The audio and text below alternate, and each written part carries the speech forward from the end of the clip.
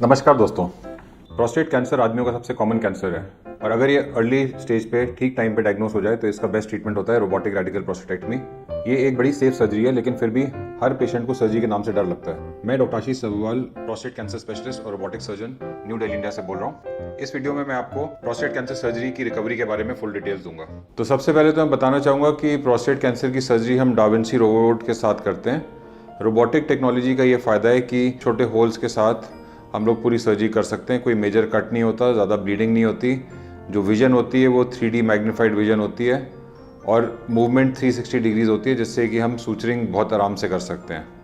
और जो important nerves हैं यूरिन कंट्रोल की और इरेक्शंस की, वो सब हम बचा सकते हैं। इस सर्जरी में पूरा का पूरा प्रोस्टेट, उसके साथ सेमिनल वेसिकल्स और साथ के लिम्फ नोड्स, ये सारा कुछ निकालते हैं। ये सर्जरी फुल एनेस्थीसिया में होती है। पेशेंट को पूरा सुला देते हैं, तो सर्जरी के टाइम तो पेशेंट को बिल्कुल पता ही नहीं चलेगा कि उसकी सर्जरी भी हो रही है। जब उठेगा उसको थोड़ा डिसओरिएंटेशन होती है पेशेंट को ये नहीं पता चलेगा कितने टाइम तक एनेस्थीसिया में थे, अभी क्या टाइम हुआ है दिन का, अभी कहाँ लेटा हुआ है।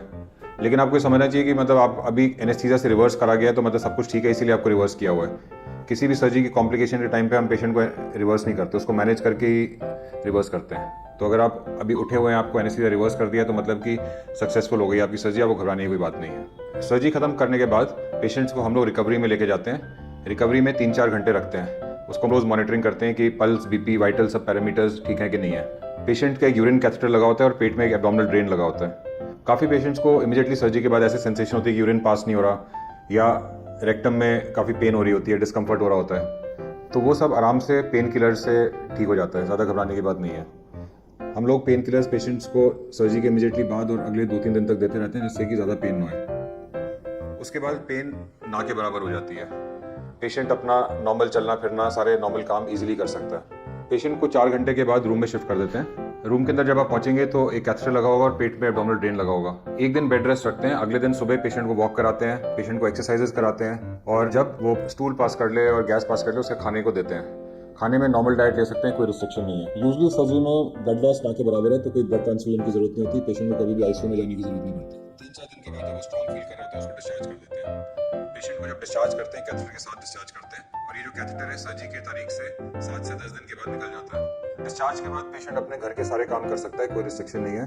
ड्राइविंग अवॉइड करनी चाहिए।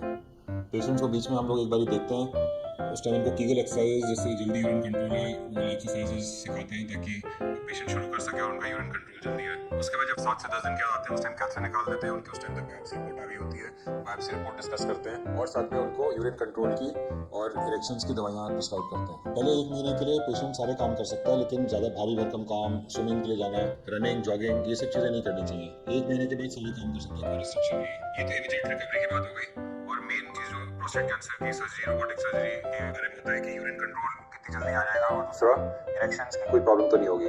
तो देखिए, हम लोग जब सर्जरी करते हैं रोबोटिक से तो हम लोग नर्व स्पेयरिंग सर्जरी करते हैं। नर्व स्पेयरिंग मतलब जो यूरिन कंट्रोल और इरेक्शंस की नर्व्स हैं उनको हम बचा देते हैं और सिर्फ प्रोस्टेट को और कैंसर को बाहर निकालते हैं। साथ में हम लोग एमनियोटिक नर्व रैप भी लगाते हैं। एमनियोटिक नर्व रैप एक मेम्ब्रेन होती है जो हम नर्व्स के ऊपर लगा देते हैं सर्जरी के बाद। उससे growth factors, stem cell release होते हैं, जिससे कि नर्व्स के फंक्शन की रिकवरी जल्दी होती है, जिससे कि यूरिन कंट्रोल और सेक्सुअल फंक्शन की रिकवरी भी जल्दी होती है। साथ में पेशेंट्स को हम लोग कीगल एक्सरसाइज समझाते हैं, जिससे कि मसल स्ट्रांग होए और इरेक्शंस के लिए भी पिनाइल रिहैबिलिटेशन के लिए वैक्यूम थेरेपी और मेडिसिन देते हैं। यूजुअली जो यूरिन लीकेज की प्रॉब्लम है वो 2 से 4 हफ्ते में ठीक हो जाती है। कई लोगों की ज़्यादा टाइम के लिए भी चल सकती है यूरिन की प्रॉब्लम, लेकिन 99% पेशेंट्स की यूरिन कंट्रोल पूरा हो जाता है, चाहे किसी का 10 दिन में हो, चाहे किसी का 1 महीने में हो, चाहे किसी का 3 महीने में हो। और दोस्तों, आपको एक और चीज़ समझनी चाहिए कि ये रिकवरी जो है, इसके लिए ये नहीं कि आपने रोबोटिक सर्जरी करा ली और कहीं से भी करा ली तो ये ठीक हो जाएगा।